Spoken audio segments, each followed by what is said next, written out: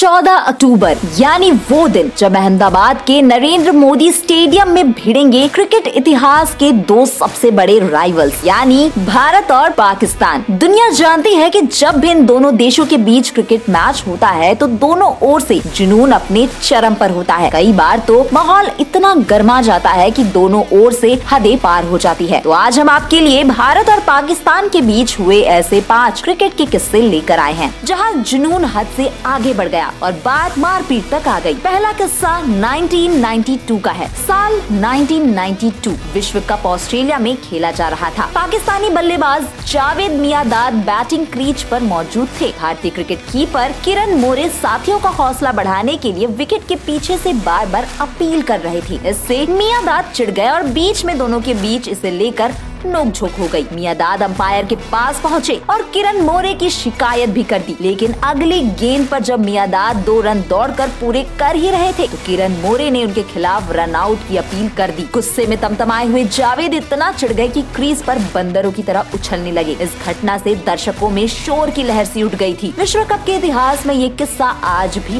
बेहद चर्चित है। दूसरा किस्सा है साल 1996 का। दोस्तों 1996 के विश्व कप के क्वार्टर फाइनल में वेंकटेश प्रसाद और आमिर सोहेल के बीच हुई जुबानी जंग भला किसे याद नहीं होगी। उस मैच में वेंकटेश प्रसाद गेंदबाजी कर रहे थे और आमिर सोहेल ने उनकी गेंद पर चौका मारने के बाद प्रसाद को बल्ला दिखाते हुए बाउंड्री लाइन की ओर इशारा किया। अगली गेंद पर भारतीय पेसर ने सोहेल को बोल्ड कर दिया, हिसाब बराबर कर लिया और फिर सोहेल की ओर पवेलियन लौटने का इशारा कर दिया। तीसरा किस्सा 2003 के विश्व कप का है। दोस्तों 2003 वर्ल्ड कप में भारत पाकिस्तान का मुकाबला शायद ही कोई क्रिकेट प्रेमी भूलेगा। इस मैच में सचिन तेंदुलकर ने 98 रन की ताबड़तोड़ पारी खेली थी और भारत ने पाकिस्तान पर धमाकेदार जीत दर्ज की, जबकि पाकिस्तानी टीम में एक से बढ़कर एक खूंखार गेंदबाज मौजूद थे। लेकिन क्या आपको पता है कि इस मैच के दौरान हरभजन सिंह और मोहम्मद यूसुफ के बीच मजाक में बात मारपीट तक पहुँच गयी थी। दरअसल खुद हरभजन ने ही इस विवाद की कहानी सुनाई थी। उन्होंने बताया कि मैं लंच के समय एक टेबल पर बैठा था और यूसुफ और शोएब अख्तर दूसरे टेबल पर थे। अख्तर के साथ वो पंजाबी में ही बात कर रहे थे, तब अचानक यूसुफ ने निजी कमेंट कर दिया।